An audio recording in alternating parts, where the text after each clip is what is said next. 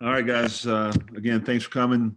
Another great win for our program. Again, especially on the road. It's always tough to win on the road, but really proud of our guys, the way they come out and performed. And thought we played with a lot of energy and a lot of enthusiasm. And we put this to bed today, last night. We're on the Texas State. So I'll ask you, Coach Clark, about the duo of Trey Cobb and DeMarco Jackson. Just talk to me about those two and how they've played.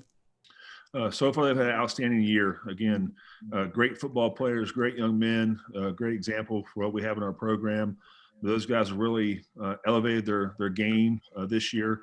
Not only on defense, they've really given us a shot in the arm on special teams. And just the way they play the game relentless. And again, they're the leaders of our defense, and very proud of those guys. Shawn, a few for you here. I guess first off, just kind of give us a general view of Texas State. They seem like they've really been in quite a few games with some pretty good teams this year, and just the wins and losses haven't gone their way. But what do you see from them just kind of looking at them? Well, I think it all starts with their head coach, Jake Spivital, who's a guy that I've known for a few years now. That when I got the head job here, he was one of the first guys that reached out to congratulate me. But if you watch the tape from this year compared to last year, it's night and day. And they're playing more physical. They're on both sides of the football. They're actually running the ball more than they have in the past. And I think that's a tribute to their coaching staff. And again, they're getting better players. And I think here in the next few years, Texas State will be one of our top guys in our conference. So I feel like these last couple of weeks, I'm seeing Stephen Jones and Tim Frizzell a bit more. I don't know if they're playing more or if they're just kind of coming up in more situations. But, I guess what's kind of been the idea of getting those guys in the mix and their roles and kind of how they're executing those? Again, Stephen Jones, I think he'd be a starter in probably any other program in the conference. Shawn Jolly and Shamar Jean Charles, they're kind of our anchors at corner. But when we go nickel or dime package, he's in the game.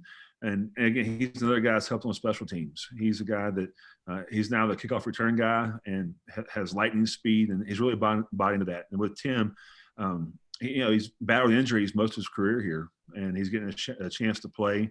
And I think for Tim, it really starts in practice. And, we're not going to play guys who don't practice hard. And he's a guy that every day brings his lunch bucket and gives us fits on offense when we go good versus good. And I think it's showing now on the game tape. And I'm very proud of him, the way he's performed.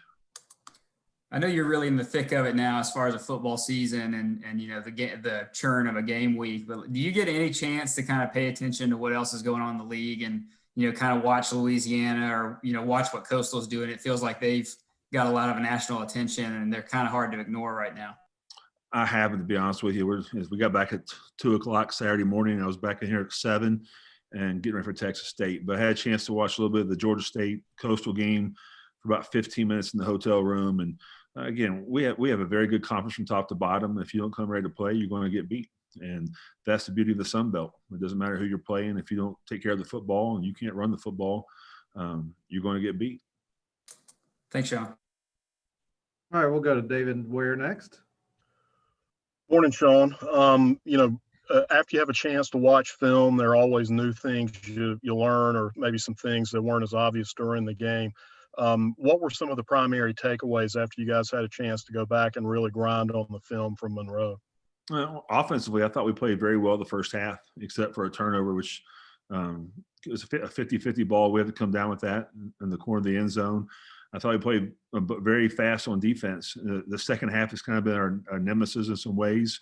You go back, we have a big lead on Arkansas State. We really can't finish it out the way we should in the second half. And the same thing this past weekend. I think it's 21-7. We're going down to score right before halftime. It was a call in the left corner of the end zone. I thought Zach was out of bounds just by the gesture of the officials. And it was just a first down. They ran the clock. And we call a play for Zach. It's one of those deals that if he's open, throw it. If not, throw it away. We still have 17 seconds. And we end up not getting a play in the first half there, which is disappointing. But again, we have to improve in the second half. And I think that's more offensively and defensively. You mentioned that play at the end of the first half where you're thinking he's out of bounds. And, obviously when you're at field level, you really can't see things, especially on the opposite side of the field, the way you'd like to. I suspect that's where you really rely on the guys who are upstairs to kind of communicate with you what they're seeing and kind of, how do you go back? I know you talked after the game about fixing that yesterday at practice. How do you go about that communication process as a staff to make sure that somebody's got an eye on things that you really can't see from the sideline? Well, from the box, they're telling me he's out of bounds, and you go back and watch the tape on Sunday morning.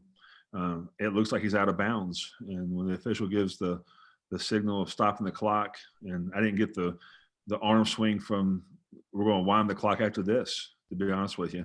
But again, that's a close. We had a timeout. We probably should have burned, but I thought he was out of bounds. I wanted to say that timeout in case something happened. But you can say better communication. I go back and watch it on tape, slow mo. He still looks like he's out of bounds. So I'm not sure how much we do different on that.